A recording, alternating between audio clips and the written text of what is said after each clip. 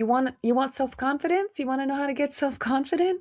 Get really comfortable being who you are in all ways, all colors, all shapes and form.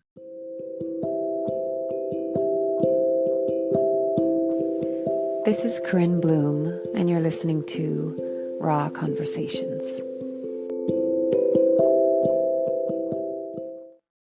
Hello, beautiful people. How are you doing? How's your week been? I'm going to just jump straight in today. And the topic that I want to talk about today is self-confidence. And the reason is because somebody said to me this morning, you could sell self-confidence, Corinne. And it kind of made me chuckle because the way that what I want to talk about today is what self-confidence really is, because I feel like the way that we're sold it is that it's something that you need to build, right? You need to build self-confidence, which feels like things stacking up upon each other to somehow build a kind of persona or this. I don't know. I see this image of like being strong and tough and, your chin is up and your shoulders are wide, and that makes you self-confident because you can walk with your chin up. And, I understand that posture is a very real thing, right? Somebody that is concave and kind of making themselves small doesn't um, doesn't have the air of confidence. But equally, someone that has like a puffed out chest and their chin up doesn't actually equate confidence. That can actually equate arrogance, which is really a cover up for insecurity. So I want to give you my definition of what self confidence is. It's not something that you need to build. It's not something that is anything that is created outside of yourself to bolster or to stilt a kind of facade, right? And that you would say is obvious, but I think a lot of the ways in which self-confidence is quote unquote taught is kind of a bolstering. It does end up being a kind of mask. Not all ways, of course, I don't want to generalize, but my definition is really super, super simple. To me, self-confidence is, are you comfortable being yourself? It's comfort. It's the sensation, the embodiment, the energy, the emanation of I'm comfortable and accepting of being me. And not just me when I feel happy and well and things are going well in my life, and when I feel beautiful or when I feel healthy or when I feel fit or it's all of me. When I've got bags under my eyes and wrinkles coming in, or I'm in a mood, or I'm feeling down, or whatever, it's the full unconditional acceptance of self that allows us to metaphorically wear the sweatshirt. I'm in sweatpants and a sweatshirt, and that we feel relaxed being who we are. That's all self-confidence is. It's when you notice someone that you go, oh, they seem really confident. It's because they are just relaxed being who they authentically are. And that's really what authenticity is as well, is you get to just show up as you. Sorry, I did not sleep well last night, so my words might come out jumbled. You get to just be you for who you are. You don't need to pretend, you don't need to prove, you don't need to cover up, you don't need to hide, you don't need to bolster, going back to that word again. You get to just be uniquely you. And I'm going to repeat it again, in a society that wants you to fit in, that wants to homogenize everyone and everything and make you into something that is just like a barcode or a number or I could label many, many things, but I won't. It's an act of rebellion to be authentic. And in a society that tells you you're not good enough and you're not worthy, it's an act of rebellion to know your worth and embody your worth and accept yourself fully for who you are and say, yeah, I'm comfortable being this. So maybe for some of you, it's a reframe that you don't need to be strong and have all your shit together and be uber positive or enlightened or spiritual or awake or you don't need to go to the Himalayas and go, listen to a false guru, the trigger warning for some. It, it- it's never outside of us. It's never been outside of us. It's always been us. It's always been within us. This whole thing about self development and new age and spirituality, the thing that really is its fault, let's say, is it has you believe that you're this ongoing project, which inherently would indicate that there's something wrong with you, that you're flawed, that you're imperfect, and that you need to work on yourself to improve yourself or to fix yourself or to better yourself, which is very different to we can evolve. Absolutely, we can grow and evolve just like the tree grows, the flower grows, but it's not growing because it's thinking, I'm not good enough as I am as a little seed, a little seedling. I have to grow to prove myself and my worth and that you're going to love me and validate me. And it's not growing out of lack. It's growing out of abundance. It's growing out of expression of itself and its divine self, right? So growth is very different than self-improvement. And again, I'm going to point this out and make the distinction that it's not to say that we don't have bad behavior sometimes, and that can absolutely be, for lack of a better term, improved or evolved, I prefer. But it has nothing to do with your worth. Who you are is innately worthy. You came into this life worthy. You will leave this life worthy. Your soul is worthy. You are not your body. You are your soul. So I think when we can have that as the backdrop to everything, like that's the foundation, that's the fundamental truth that you are good enough as you are, then it allows us to be able to be far more compassionate with our humanity, with our human experience, with our emotions, with our sensations, with our desires, with our fears, all of it, right? Because it's that part that can go, it's okay. I can hold all of this. I love you no matter what. Yeah, so you were a dick today when you did this and that and the other. Okay. What can you learn from that? How can we show up better next time? How can I evolve myself, but not out of that?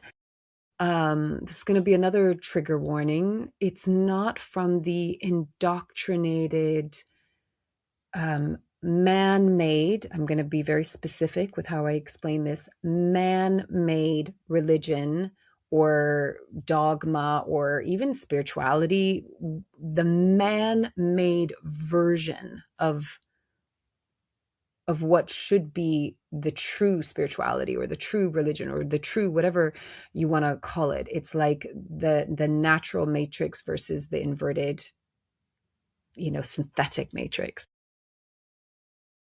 That story will tell you that you're sinful.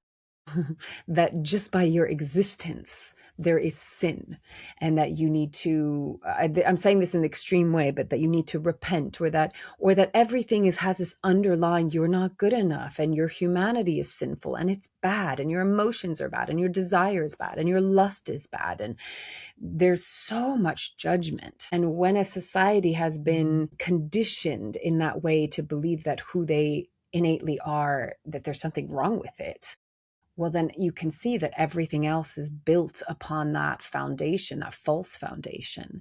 And so then it becomes really hard to go, oh, okay, I'm going to be self-confident when everything is telling you, like, no, you're bad. And if you don't do good, like Santa Claus is going to put you on the naughty list, or God's going to put you in hell. All of this kind of praise punishment system keeps us in the loop of fear. And I didn't really want to go into all of this because I know it can be hugely triggering. And again, I want to make the distinction of what is natural and divine and what is man-made and inverted. So really, why am I saying this to all of you? Why is this important for us to feel this? Because if we want to feel truly liberated, not just within the world and in society, and, you could look at macro and micro, but it's really in this time of whatever you want to call it, awakening, ascension, remembering, conscious evolution, what we are remembering and what we are connecting back to is who we truly are. And so it's really important to talk about, sometimes again and again and again and again, because if the conditioning has been over generation for millennia, it's deeply ingrained. There's a lot of shedding. There's a lot of ancestral healing that we're doing and releasing. That message becomes almost a part of the identity, especially when it's so clever the way that wording um, enforces this. When we say, you are bad, you are annoying, you are this, I am that. When we say it in the way that we are creating an identity, either for ourselves or someone else, what happens is we take that on as that's who I am or that's who you are, rather than I'm good enough, you're good enough. I'm worthy, you're worthy. I'm lovable, you're lovable. Those things cannot be argued, right? They just are, because you exist and you are loved because you exist, and you are worthy because you exist. There's no arguing that point. Our behavior that sometimes can be, as I said, it can be improved. So instead of saying you are bad or you are annoying, the terminology that we should be using is when you do that, when you're doing that thing, or when you're in this behavior. I find that challenging because you can even say, I don't respect when you behave that way. I don't respect that. But it's not saying anything about who you are as a person. And I know I've spoken about this before, but it's just the message that I keep on wanting to hone in, to make that distinction and differentiation, that who you are as a being, the soul and essence and spirit of who you are, is love. Your behaviors is something that's learned and therefore can be changed, right? And it's why when I parent, I sometimes remind she's actually said this to me before, if I've been upset with her about something, she'll go, Mama, do you still love me? And I go, of course I still love you. I can love you and still be upset about something, right? It has nothing to do with my love for you. But again, we live in this culture where we use love as a manipulation. We give it or we withdraw it. If you make me happy, I'm going to love you. If you make me unhappy, I'm going to withdraw my love for you. And that's a hugely manipulative thing to do to one another. And it makes us feel terribly unsafe, because really we should always be in the lap of love. And then our behaviors, our actions, our whatever, the things that we do that could use evolving or could use more awareness, those things are changeable. Those things we can, it's like the baking a cake. You can change the ingredients. So going back to why is this important to talk about? Because in this time of remembrance, when we remember that we are worthy and that we're good enough and that we get to just be who we uniquely are, we're breaking the shackles.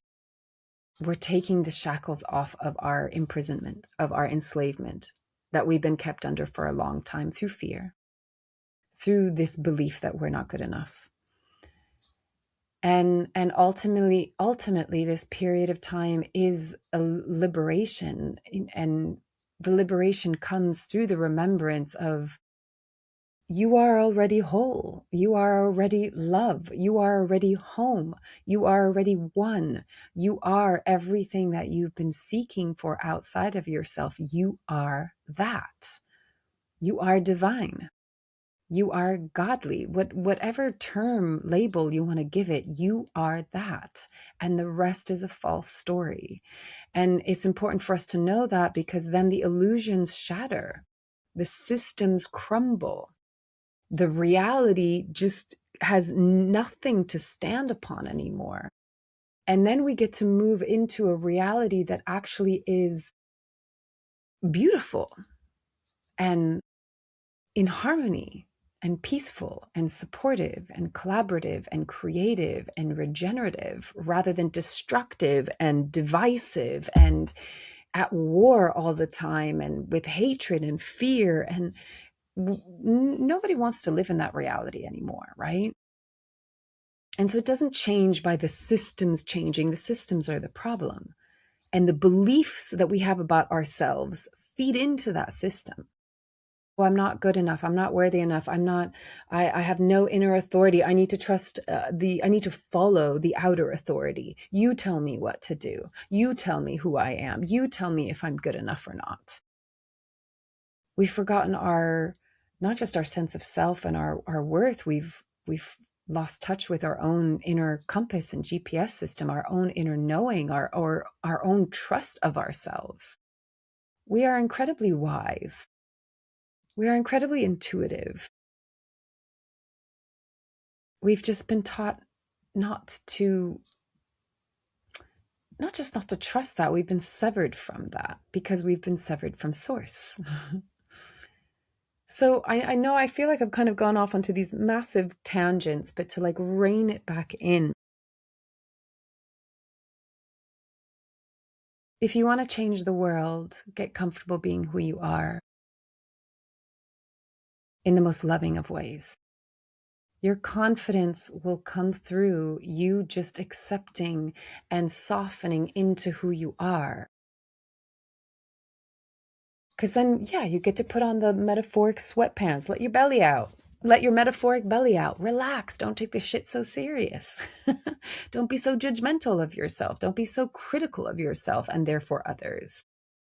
You don't need to be perfect. You get to just be you.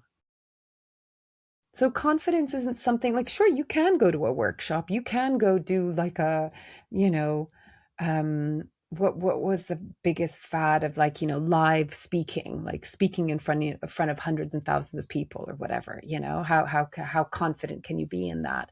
But it always feels like there's an element of performance to that, where it's kind of like, I was going to say dance like no one is watching, but dance like everyone is watching and you don't give a fuck because you are enjoying yourself. I will never forget this, actually. It reminds me of a story, a memory of when I must have been about 20. And my boyfriend at the time, I was a professional ballet dancer. And I remember we were out at a club or a bar. There was a dance floor, let's just put it that way. And he was super shy about dancing because he didn't want to look like a nincompoop. He just was like embarrassed, he wasn't like a dancer. He didn't feel comfortable dancing. And he would always say, oh, you can go out there and dance because you're a dancer. And I said, that has nothing to do with it. I could be a dancer and be super self-conscious. And I'm like, oh, it's not perfect enough. Believe you me, especially as a former ballet dancer, like if you're not perfect, you're out, right? So I could have had all of this self-expectation or self-scrutiny to be like, no, I can't go dance on the dance floor because if it's not perfect, then it's not good enough. And then people are going to make fun of me, or it's embarrassing, or it's shameful or mortifying, whatever the story might be. But the reason why I felt like I could go on the dance floor and dance is because I did it because I loved it. And it made me happy and I enjoyed myself and I didn't give a rat's ass what other people thought. And so I said to him, you don't need to be a good dancer. That's not what people look at. Okay, sure. Of course, if you see an amazing dancer, like busting some moves that you're like, wow, how do they do that? Of course, your eye is going to go to that. But one thing I really remember when I was in San Francisco Ballet is there would be the dancers that were technically perfect, like as perfect can be. But they were like an empty shell. They were soulless in some ways. And that sounds really mean to say, but there were some dancers that I would observe were just incredible technicians. And I really respected and admired them for that. But there was soul missing. There was a human part. There was passion missing. Whereas you could have a dancer that was less technically skilled, but they brought that soul into what they were doing and they were magnetic, and you could see that they were just in the joy of it and you would be drawn to watching them. The other got a little bit boring. Yeah, the tricks were kind of fun, and after a while I'd be like, what we gravitate towards is when somebody's enjoying themselves. So I just said to my boyfriend at the time, like, just go have fun. And I kind of went out there and I just did some like silly moves so that we could laugh and just make fun of ourselves. And we had a good time. And lo and behold, loads of other people started to come around us and dance. You know why? Because we were comfortable. We weren't pretentious. We weren't trying to like bust cool moves. We were just having a really good time. So that's all self-confidence is just, are you comfortable in yourself? Do you accept yourself? Can you laugh at yourself? Can you be silly? Can you let your metaphoric belly out and be in your metaphoric sweatpants and sweatshirts and just know that you're good enough? That's all it is. So there doesn't need to be this step 1, 2, 3 to give you all of the tips and tricks of how to be self-confident. If you go, okay, Corinne, how do I get to that point of being comfortable? First, you got to sit with the discomfort. That's definitely one of the first steps. You've got to sit with the parts that you feel ashamed of and that you judge and that you criticize and that you're harsh on and that make you feel really uncomfortable, whether it's physically, emotionally, psychologically, spiritually. You have to sit with them, but sit with them in a way, as I've said before, in a way that you'd want your best friend to sit down with you and just, you know, that they love you no matter what. You know that they accept you no matter what. You know that you can say any story or any thought and they're still going to say, you know what, I love you. I accept you. I'm not going to judge you. I'm not going to reject you. I'm not going to abandon you. I'm not going to punish you. You're not this original sin, remember? So yeah, that is going to be a potentially uncomfortable first step. Of sit with the discomfort of the parts that you don't like about you and learn to love them. And the way you learn to love them is you sit there and you empathize with them. You try to see it not for the consequence or the symptom. You go to the core of it. Okay, so, I don't like this part that is, I'm trying to think of what some people bring up, that is insecure or jealous or, lacks confidence, right? And instead of just blaming and berating and judging, like, I don't like that I'm insecure. I don't like that I'm jealous. I don't like that have low self-esteem, whatever it is for you. What you do is you go to the inner child and go, why do you feel that way? What made you feel that way? What made you feel insecure? What made you become jealous? What made you feel like you can't be confident in who you are? How did you learn that? And then what is the truth around that? Was it that way? Is that how I perceived it? And then what does that part of me need in order to feel that it is good enough, that it is worthy enough, that it is lovable and significant enough, that it does belong and it's worthy of being here, just like anybody else. We tend to ourselves with love and compassion and forgiveness and patience and softness and kindness and gentleness. And then the discomfort can let its shoulders drop because it realizes, I'm not being judged anymore. I'm not being attacked anymore. I'm not being blamed and shamed anymore.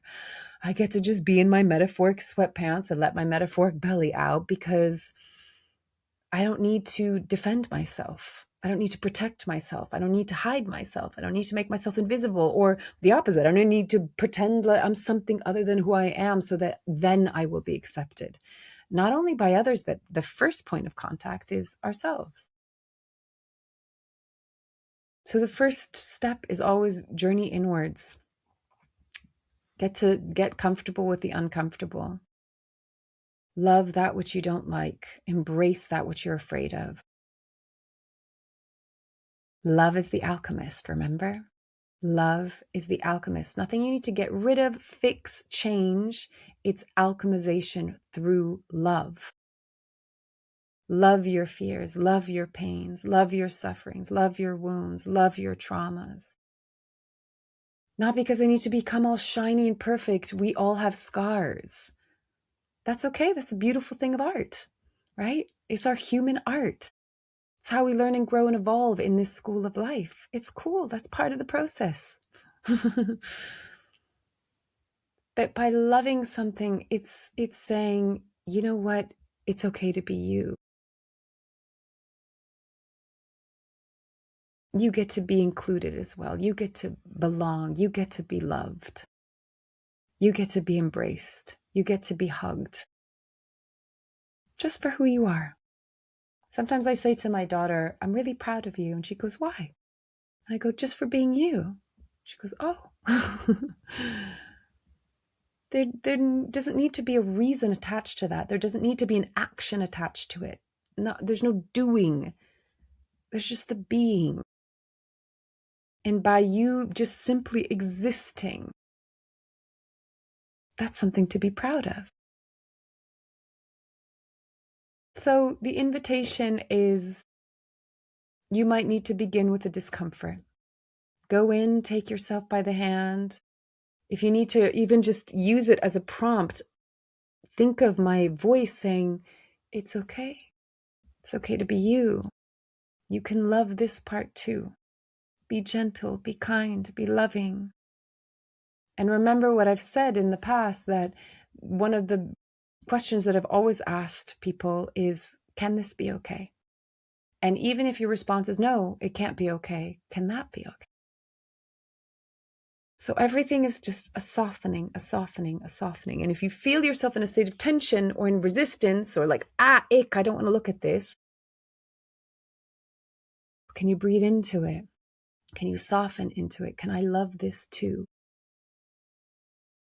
Can I allow this? Maybe love comes later. Can I allow this? Can I accept it? Can I just let it be? Even if it's like, no, I don't accept it. I don't love it. I don't want to allow it. But can I just let it be without a judgment?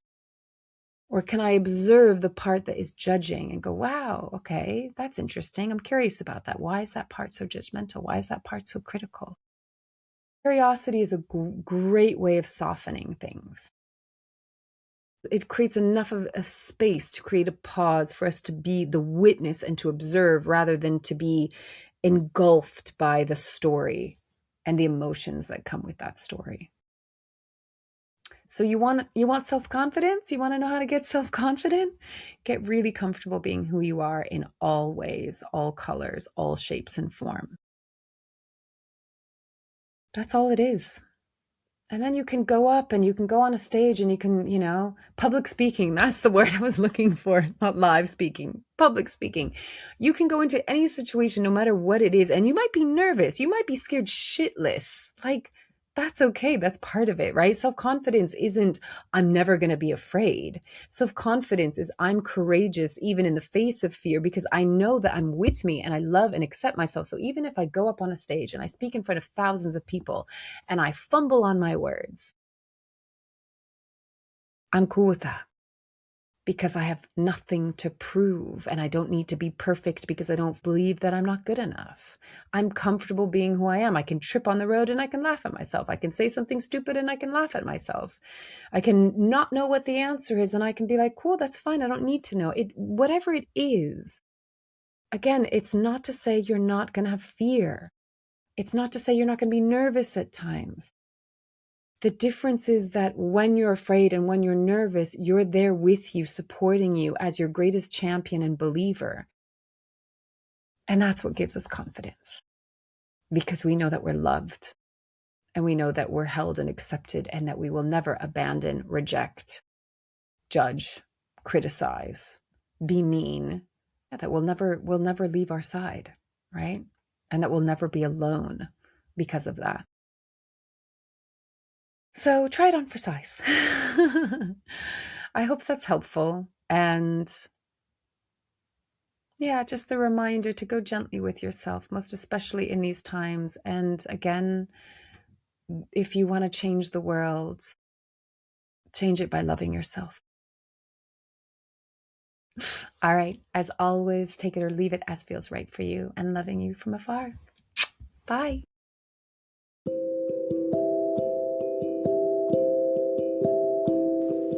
You've been listening to Raw Conversations with Corinne Bloom. Thanks so much for showing up, listening in, and being a part of the conversation with me.